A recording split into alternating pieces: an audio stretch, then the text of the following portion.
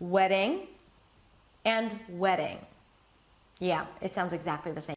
Hey there, it's Hadar, and this is the Accents Way. Today we're going to talk about the T's and the D's when they're in the middle of the word between vowels, and answer the question, why? Why do they sound so similar? The answer is they sound similar because it's absolutely the same sound. Yes, the T in writing a book and the D in writing a motorcycle is exactly the same sound.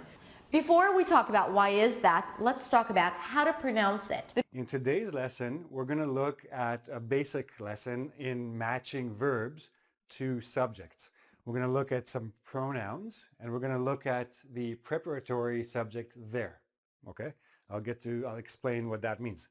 So generally speaking, you've learned from basic class. Hey guys, what's up? Stephanie, the English coach here from EnglishFulltime.com, and in this video we are going to talk about how to think in English. Now, when I was in college and I was studying Spanish and I did, all of my classes in Spanish, and I had professors that were native Spanish speakers, one of my professors would always say, you just need to think in Spanish.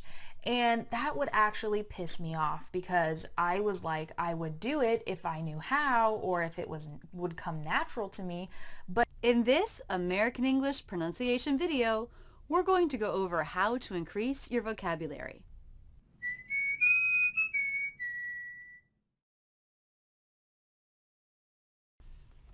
One of the challenges in learning a foreign language is remembering all of the new vocabulary. In this video, we're going to go over a few tips for learning new words and for remembering them. First, expose yourself to the language. For example, read. I still learn English words from reading.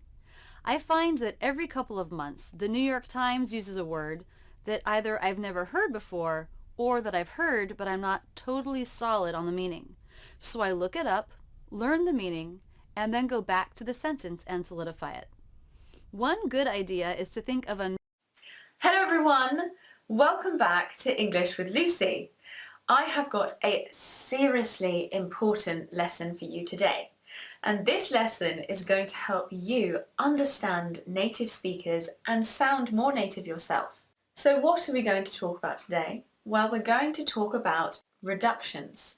I'm going to show you how to correctly use words like wanna and gonna. I use them all the time in daily conversations. It's not good English, but it is colloquial conversational English, and you will hear it and you probably will want to learn to use it, because saying I want to and I'm going to all the time can be pretty tiresome. So today, where I live in Canada, it's supposed to go up to 11 degrees Celsius. That's really quite nice and warm for us. And we have a saying in English, spring is in the air. When we say spring is in the air, we're talking about that first day as the winter is ending, where it starts to feel like spring. You can hear birds starting to sing. The sun is shining. It's going to be a nice warm day. So today would be a really good day to say spring is in the air. how to improve your English listening and speaking skills. Welcome to GoNaturalEnglish.com.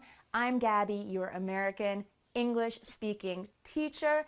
And in the next 10 minutes, I'm going to share several examples of how to improve your English listening skills, how to improve your English speaking skills, and why it's easy to understand your English teacher, but difficult to understand other native English speakers.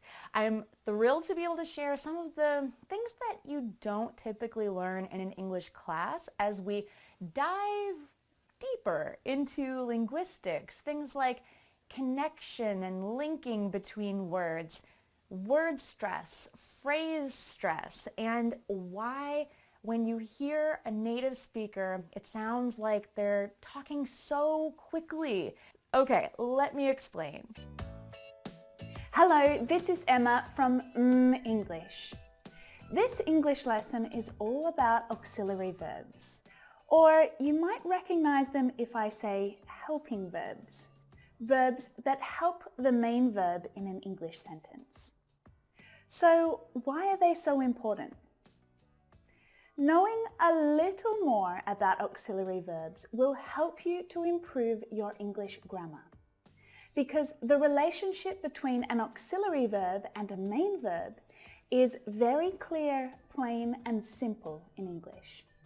The auxiliary verb do exists in the simple tenses. The auxiliary verb be exists in the continuous tenses. And the auxiliary verb have exists in the perfect tenses. Now, before we do anything else this lesson, just stop for a moment and think about this, because this information is golden. It's really valuable information. As you're checking your writing after completing an IELTS exam or checking an email before you send it to your customers, these simple reminders need to be in your mind. Now, auxiliary verbs are a really interesting part of the English language. There's quite a few things that you need to know about them, about grammar, about pronunciation, about writing, about speaking. Hi everybody, and welcome back to EnglishClass101.com's YouTube channel. My name is Alicia, and today I'm going to give a short explanation of the difference between look, watch, and see. So let's get started. Okay, the first verb that I want to talk about is look. We use look when we simply want to explain that we are moving our eyes to something. Just moving the eyes is to look at something. There's no expectation that the item or the object we are looking at is going to change. There's no expectation that some change is going to happen. We're simply moving our eyes to something.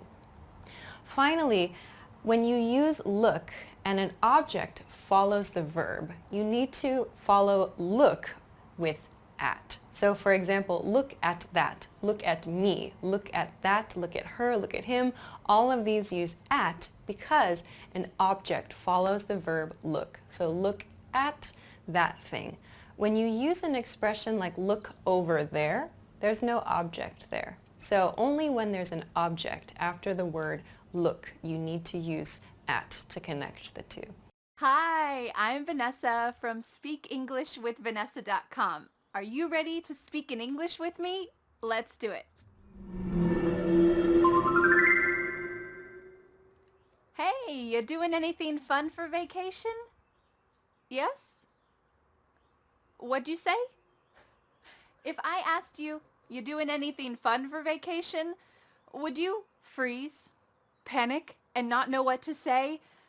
Well, don't worry. Today I'd like to help you answer this question.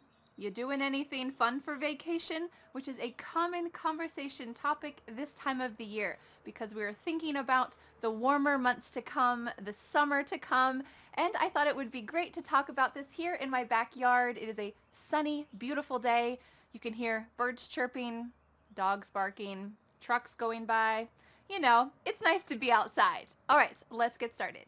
In this lesson, we're going to talk about some common questions to ask about vacations, some common responses, and then you'll have a chance to practice this with me. Are you ready?